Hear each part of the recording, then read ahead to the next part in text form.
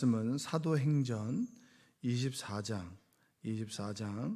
1절로 27절까지입니다.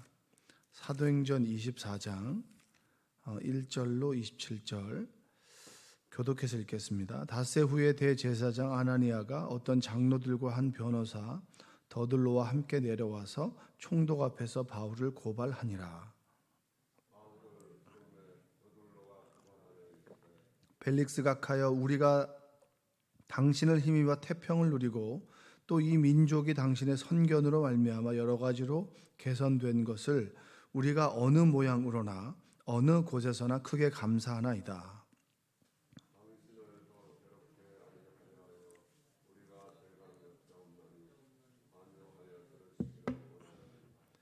우리가 보니 이 사람은 전염병 같은 자라 천하에 흩어진 유대인을 다 소요하게 하는 자요 나사렛 이단의 우두머리니라.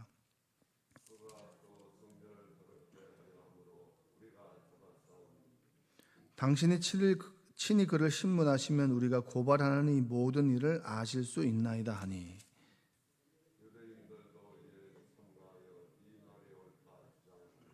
총독이 바울에게 머리로 표시하여 말하라 하니 그가 대답하되 당신이 여러 해 전부터 이 민족의 재판장 된 것을 내가 알고 내 사건에 대하여 기꺼이 변명하나이다.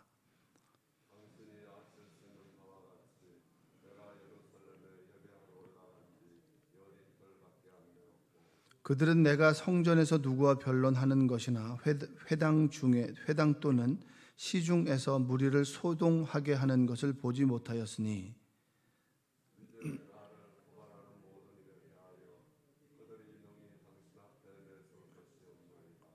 그러나 이것을 당신께 고백하리이다. 나는 그들이 이단이라 하는 도를 따라 조상의 하나님을 섬기고 율법과 선지자들의 글에 기록된 것을 다 믿으며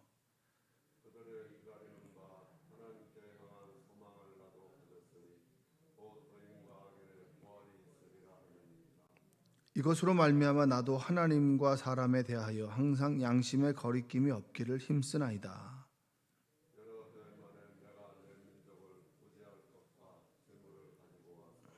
드리는 중에 내가 결례를 행하였고 모임도 없고 소동도 없이 성전에 있는 것을 그들이 보았나이다. 그러나 아시아로부터 온 어떤 유대인들이 있었으니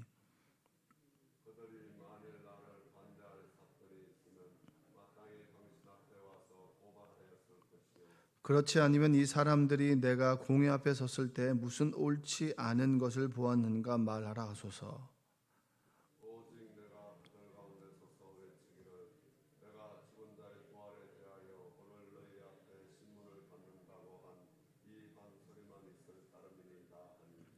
벨릭스가 이 도에 관한 것을 더 자세히 아는 고로 연기하여 이르되 천부장 루시아가 내려오거든 너희를 처결하리라 하고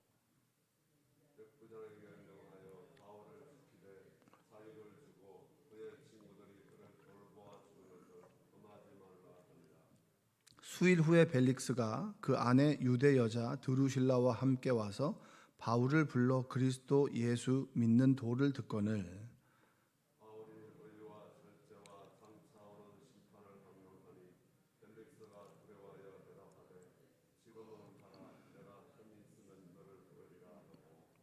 동시에 또 바울에게서 돈을 받을까 바라는 고로 더 자주 불러 같이 이야기하더라.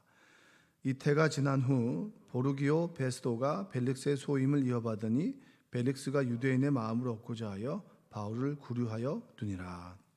아멘. 오늘도 하나님의 은혜가 여러분의 삶 가운데 함께하기를 주님의 이름으로 축원드립니다. 바울이 이제 벨릭스라고 하는 총독, 그러니까 로마의 어떤 그 지도자죠. 그 로마의 어떤 이 관리인데 그 관리가 이제 예루살렘, 이스라엘을 그 다스리기 위해서 로마의 관리로 보낸 사람이 총독입니다. 그래서 벨릭스 앞에서 이제 재판을 받는데 이제 바울은 억울합니다. 왜냐하면 나는 잘못한 것이 없거든요. 잘못한 것이 없는데 끊임없이 이제 바울을 싫어하는 사람들이 바울에게 누명을 씌우고 그리고 자꾸 그를 어떻게 하면 죽일까를 이제 고심하게 되는 거예요. 어제 어떤 그 남원으로 담임 목사님과 제가 이제 신방을 갔다가 목사님의 지인을 만났는데 그분이 이제 감리교 권사님이신데 국회의원을 하셨던 분이에요. 박근혜 정부 때 이제 박근혜 그 전 대통령이 잘못한 부분에 대해서 질의를 했죠. 문제 제기를 하니까 이제 그때 비서실장이었던 김기춘 씨가 그렇게 그 사람을 이제 감옥에 집어넣으려고 주변을 샅샅이 팠는데 이제 비리가 없으니까 감옥에 들어가지 않았다고 그런 얘기를 하더라는 거예요. 하는 걸 제가 어제 들었는데 똑같은 거예요. 그러니까 사람들이 끊임없이 바울에 대해서 문제점, 흠집을 잡아내길 원하는데 파고 보니까 바울은 흠이 없는 거예요. 그러니까 자꾸 다른 걸로 얽어매야 되는 거죠. 그래서 그들이 이스라엘 사람들이 바울에 대해서 말하는 건 딱 두 가지입니다. 이 고발의 핵심은 뭐냐면 나사렛 예수라는 이단 사상을 중심으로 군중을 선동했다는 거예요. 그러니까 예수라는 이단이라는 사람을 통해서 군중을 선동했다. 그리고 두 번째는 뭐냐면 성전을 모독했다. 이방인을 데리고 들어갔다. 그에 대해서 바울은 아주 논리적으로 이야기를 합니다. 첫 번째는 나사렛 예수라는 이단 사상을 중심으로 군중을 선동했다고 하는데 내가 거기 있었던 시간이 12일밖에 되지 않는데 12일 동안 어떻게 사람들을 선동하느냐. 그건 말이 되지 않는다. 그리고 두 번째는 뭐냐. 바울의 죄를 증언한 목격자와 증인이 없다. 증언이 없다. 사람들은 나를 고소하는 사람들은 누가 그랬다더라 라는 얘기를 들었지 실제로 내가 그렇게 이야기한 것을 본 목격자가 없다는 거예요. 굉장히 논리적으로 얘기를 하죠. 그냥 그걸 갖다 벨릭스가 딱 들었고 천부장이 벨릭스에게 이 사람은 죄인입니다라고 얘기를 해도 안 믿는 거예요. 그러니까 천부장은 사실은 사람들의 이야기를 들어보니 그것은 율법에 관련된 얘기입니다. 그들이 믿는 종교에 관련된 얘기입니다. 그들의 종교적인 측면에서 봤을 때는 이 사람이 충분히 오해를 살만할 수 있지만 법적으로 볼 때는 처벌할 근거가 아무것도 없습니다. 이 얘기를 하는 거예요. 그 얘기를 벨릭스가 듣고 이제 벨릭스라는 사람은 이제 바울이 천부장의 보고에 의해서 이 사람은 죄가 없구나라고 하는 것을 알고 있는데 사람들은 이 사람을 고소하고 그리고 처벌하길 원하고 그리고 천부장은 죄가 없다 얘기하니 이 사이에서 어떤 것을 선택을 해야 되는 거예요. 그러니까 법의 잣대에서 옳고 그름을 선택할 것이냐 아니면 사람들의 마음을 살 것이냐. 여러분 정치라고 하는 것이 보면 법적으로 법의 잣대로 옳고 그름에 따라 판결을 하면 되는 것인데 중요한 것은 내가 옳다라는 판결을 했을 때는 반대하는 사람들이 나에게 적이 되고 반대하는 사람들의 마음을 들으면 옳다라고 여기는 사람들에게 내가 적이 되는 거예요. 그러니까 다수의 마음을 사기 위해서 정치가들은 끊임없이 마음을 사죠. 그러니까 법에 따라서 판결하면 될 텐데. 그러니까 벨릭스는 이제 사람들이 소유하게 될까 봐 얘가 아무리 봐도 죄가 없는데 죄가 없다고 풀어주면 이 이스라엘 사람들의 스트라이크를 일으키고 폭동을 일으키게 되면 자신이 인사고과에 여러 가지 문제가 생길 수 있으니 고민하게 되는 겁니다. 그래서 일단 이 벨릭스를 감옥에 가둬두는 거죠. 감옥에 가두되 어떻게 하냐면 자유롭게 좀 스스로 운신할 수 있도록 다닐 수 있도록 하는 그런 상황에 처하게 됩니다. 그러니까 감옥에 딱 갇혀가지고 그 방 안에만 갇혀서 절대 움직이지 못하는 게 아니라 어떤 집이라고 하는 큰 틀이 있으면 그 안에서 편안하게 다닐 수 있도록 바울을 배려하는 거죠. 왜냐하면 바울은 잘못이 없거든요. 자, 22절 한번 볼까요? 22절 한번 읽어보겠습니다. 벨릭스가 이 도에 관한 것을 더 자세히 아는 고로 연기하여 이르되 천부장 루시아가 내려오거든 너희를 처결하리라 하고. 그러니까 시끄러운 거죠. 그러니까 시간 미루는 거예요. 사람들의 마음이 좀 잠잠해질 때, 관심에서 멀어질 때 내가 판결을 하겠다. 그래서 이 사람 바울이 잘못이 없다라고 하는 걸 알면서도 그냥 내버려 두는 거죠. 여러분 이게 정말 정치의 민낯 아니겠습니까? 옳고 그른 게 아니라 사람들의 마음을 그냥 이렇게 다스리는 거죠. 그래서 이 사람이 아무리 죄가 없다 해도 죄가 있다라고 얘기하는 사람들이 그 사람이 내 편을 만들어야 되니까 시간을 두고 기다리는 거예요. 그러니까 이 바울은 죄가 없이 감옥에서 시간을 보내는 거죠. 그리고 핑계대기로 내 후임자가 오면 후임자가 오면 내가 그때 처리하겠다. 그 전까지 내가 처리하겠다라고 이렇게 이야기를 합니다. 자, 그때 이제 벨릭스가 죄가 없다는 걸 알지만 그래도 바울의 이야기를 좀 들어봐야 되잖아요. 그리고 바울을 통해서 얻고자 하는 게 있었어요. 그래, 내가 너 무죄 풀어주면 너 나한테 뭐 줄래? 이겁니다, 이거. 그러니까 정치하는 사람들, 일반 사람들, 하나님을 두려워하지 않는 사람들, 그 사람들이 가장 두려워하는 것은 뭐냐면 사람들의 마음을 뺏기는 것인데, 그러나 이 마음을 뺏기는 것보다 더 원하는 것이 뭐냐면 바로 돈입니다. 돈, 욕망, 더 가지고자 하는 그 욕심을 채우고자 끊임없이 살아가죠. 어제 이제 만났던 목사님의 지인은 국회의원을 했던 분인데 돈이 없어요. 국회의원을 했는데 돈이 없다. 오히려 빚을 졌다고 하더라고요.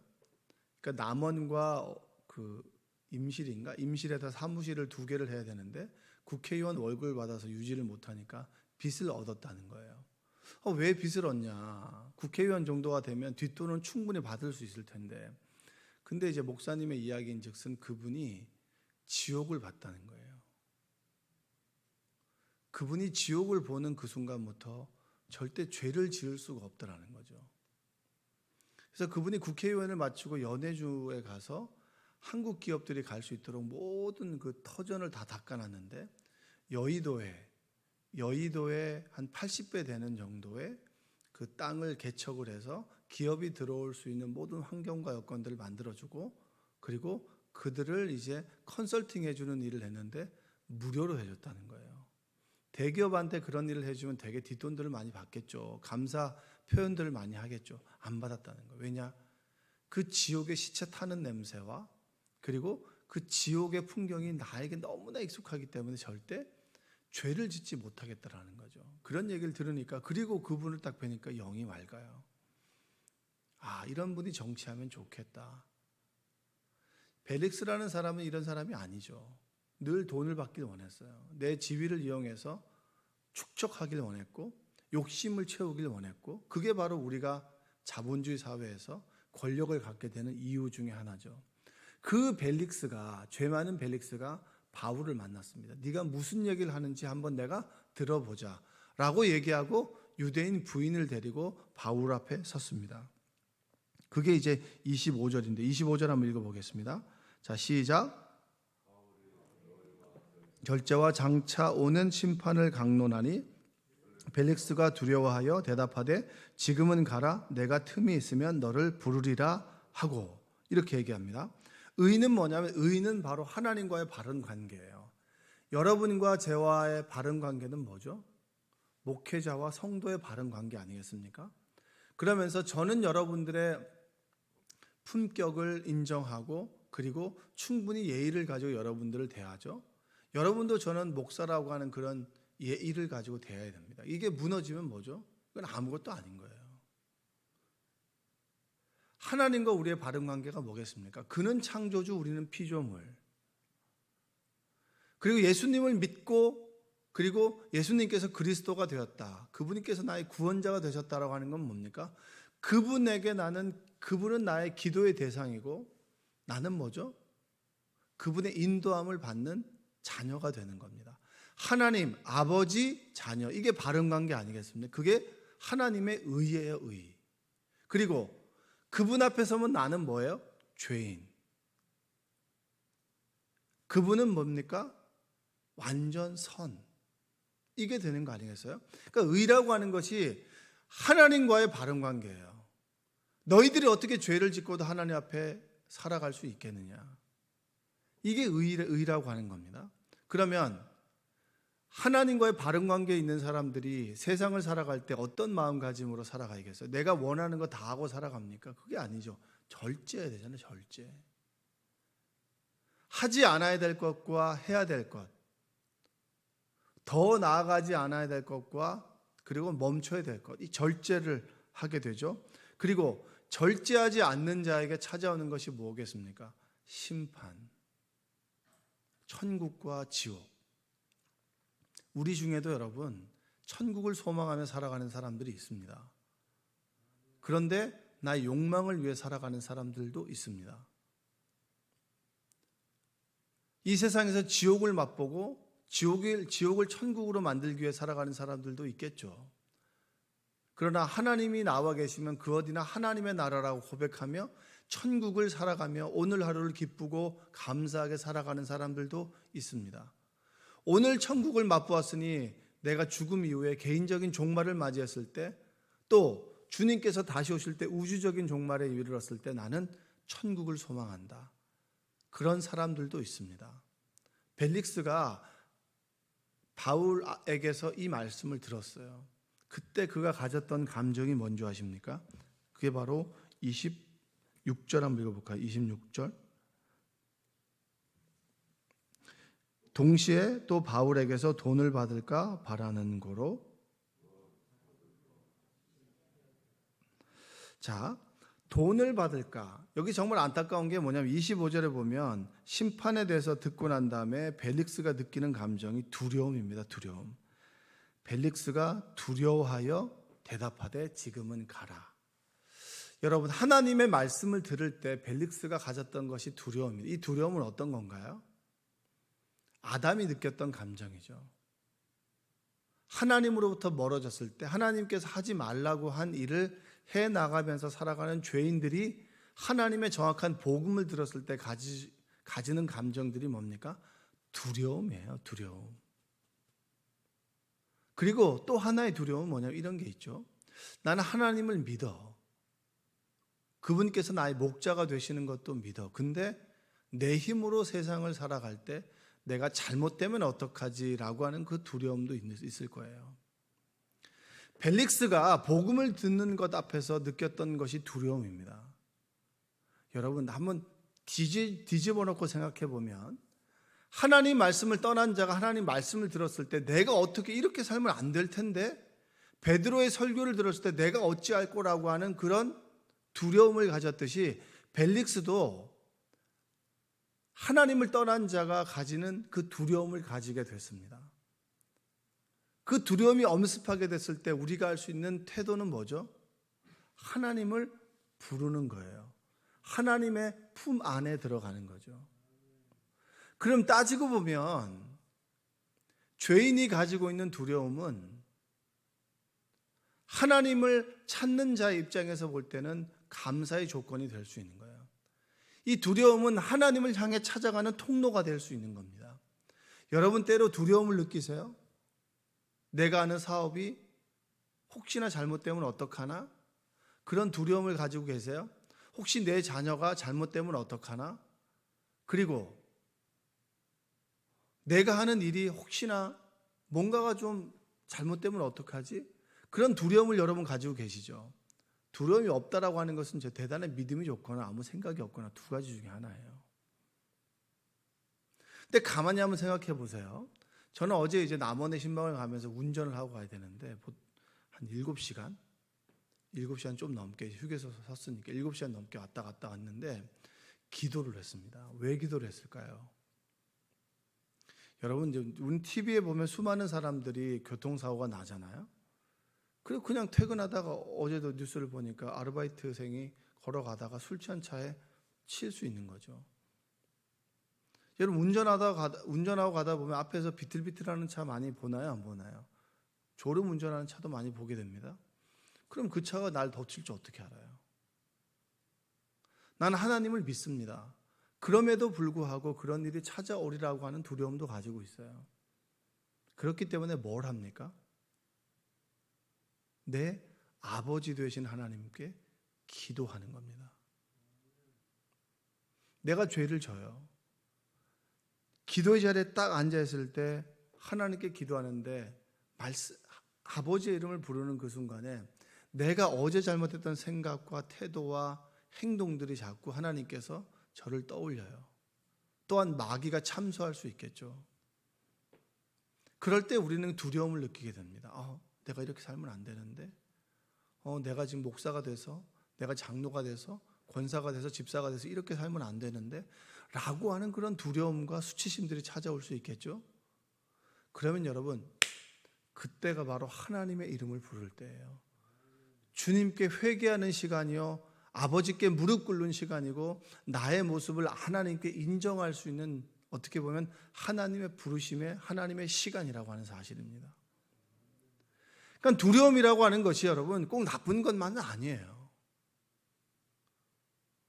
하나님을 떠난 우리에게 찾아오는 그 감정이 바로 두려움이죠.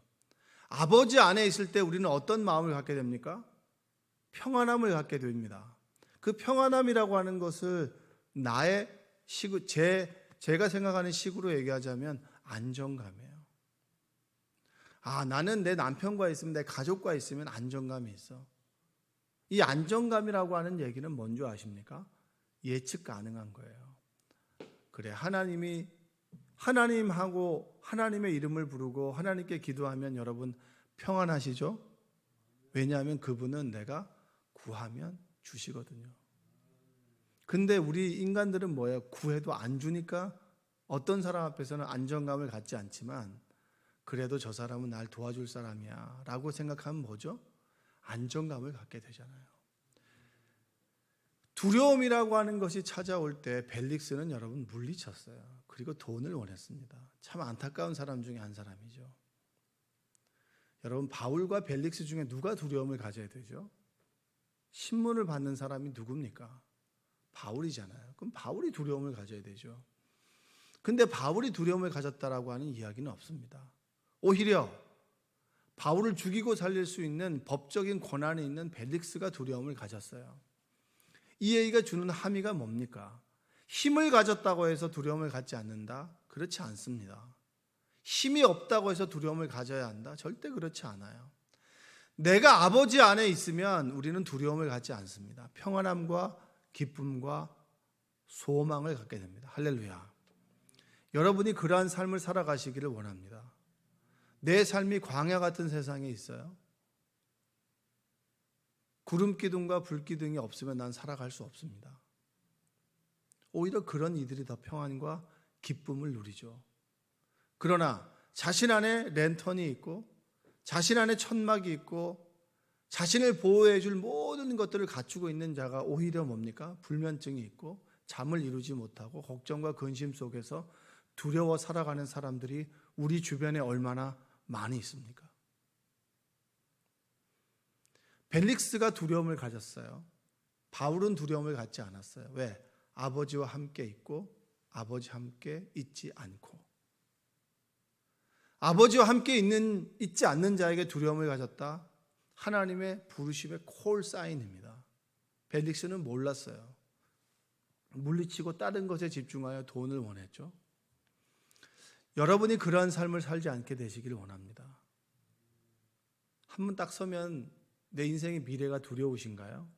두렵다는 이야기는 하나님을 부르짖으란 얘기예요. 하나님 앞에 나아오라고 하는 사인입니다. 기도의 습관들이 얼마나 좋은지 아십니까? 내가 늘 기도하는 습관을 가진 사람들은 두려워할 틈이 없어요. 왜냐? 늘 주님 안에 있는 나를 확인하기 때문입니다. 두려움이 찾아올 때 그것을 내 안에 받아들이지 않아요. 왜냐? 나는 내 아버지가 내 안에 계시는데, 내 자녀의 미래를 놓고, 내 사업을 놓고, 내 건강에 대한 부분을 놓고 두려움이 찾아올 때마다 우리는 아버지께 맡기죠. 하나님, 정말 두렵습니다. 그러나 아버지가 계시기 때문에, 하나님께서 나의 인생을 인도해 주시리라 믿기 때문에 저는 하나님을 믿고 의지합니다. 한번 여러분, 그 암에 걸린 사람들이 제일 두려워하는 게 뭘까요? 재발이잖아요. 왜냐? 주변에 재발하는 사람들이 너무 많죠. 뭐 이렇게 하면 재발한다더라, 저렇게 하면 재발한다더라, 또 이렇게 하면 괜찮다더라, 이렇게 하면 괜찮다더라. 근데 이 사람 말을 했는데 전혀 반대 상황이 나올 수도 있습니다. 그 두려움이 있을 때마다 하나님을 의지한다라고 하는 것, 그것이 여러분 어떻게 보면 가장 단순하지만 정답이죠. 하나님께서 내 생명을 손에 쥐고 있으니 하나님께서 부르시면 내가 가고, 하나님께서 아직 있으라고 하면 행복하게 있고, 그게 우리 그리스도인 아니겠습니까? 천국에 내 집이 지어지면 나를 부를 것이고, 아직 지어지지 않았다면 아직 더 있으라고 할 것이고, 어떻게 보면 여러분, 두려움 앞에서 그리스도인은 단순해지는 거예요. 내 생사 여타를 쥐고 계시는 분이 하나님이시다. 어줍지 않은 나의 잔재주, 어줍지 않은 나의 지식, 어줍지 않은 나의 인맥, 이것이 아니라 하나님 손에 붙잡힌 인맥, 하나님 손에 붙들린 지식, 하나님 손에 붙들린 건강이야말로 바로 하나님 안에 주시는 평안인 것이죠. 여러분, 두려움이 찾아올 때가 있습니다. 시간이 지나면서 나이가 들면 들수록 두려움이 더 찾아올 때가 있어요. 엄습해오죠. 그럴 때 모든 이에게 두려움은 엄습해올 수 있지만, 그 두려움이 자리를 틀지 않고 그리고 따리를 틀지 않는 것은 바로 우리의 믿음입니다. 부르짖음이고 기도입니다. 여러분, 늘 기도하는 여러분들 되시기 원합니다. 늘 주님의 이름을 부르짖을 때 두려움은 사라지고 우리 안에 평안과 기쁨이 찾아옵니다. 왜냐? 예측 가능한 하나님. 부르짖으면 응답하고, 찾으면 찾게 될 것이고, 문을 두드리면 문을 열어주시는 주님께서 내 안에 계시기 때문에, 그분을 내가 믿기 때문에 나는 오늘도 평안과 기쁨 가운데 살아갈 수가 있습니다. 미래에 대한 두려움은 여러분 미래에 맡겨두시고 오늘 주어진 삶에 감사하는 여러분들 되시기 원합니다. 여러분, 우리가 건강이 있으니까 새벽에 나왔잖아요. 졸아도 괜찮아요. 그래도 졸음을 이기고 이곳에 나왔잖아요. 이게 얼마나 감사한 일입니까? 사람들이 그냥 다 누워 자는 시간에 내가 주님의 이름을 부르고자 노크하는 거잖아요. 하나님께서 얼마나 귀하고 감사하게 보시겠어요? 혹시나 여러분 가운데 여러 가지 염려와 근심이 있는 분이 계실 겁니다. 사업을 운영하는 사람들은 얼마나 각박하고 힘들어요. 그리고 건강에 대한 염려도 있는 분도 계실 테고, 자녀에 대한 어떤 걱정거리가 있는 분도 계실 테고, 또 말하지 못하는 우리 가족만의 문제가 있는 분도 계실 거예요. 두렵죠. 정말 이렇게 되면 어떡하나? 그 두려움이 있을 때마다 주님의 이름을 부르는 여러분들 되시기 바랍니다. 그 두려움이 꼭 나쁜 것이 아니라 하나님께서 나를 부르시고 내가 얼마나 연약한 사람이란가라고 하는 것을 깨우쳐주는 그런 도구라고 생각하시고, 그럴 때마다 그 자리에 멈춰서서 주님, 제가 두려워요. 저 좀 도와주세요. 주님, 함께 해주세요. 주여, 저를 불쌍히 여겨주시옵소서 라고 기도할 때 두려움이 평안과 기쁨으로 하나님이 내 아버지가 되는 역사가 여러분 가운데 있기를 주님의 이름으로 축원드립니다. 기도하겠습니다. 사랑과 은혜가 풍성하신 아버지 하나님, 감사합니다. 두려움이 찾아올 때가 있습니다. 그 두려움이 하나님께서 나를 부르시는 그 부르심이라고 하는 고백이 나에게 있게 하여 주옵소서. 오늘 하루, 주어진 하루 감사하고 기쁘고, 그리고 하나님께서 원하시는 삶을 살아가도록 주여 도와 주옵소서. 예수님의 이름으로 기도합니다. 아멘.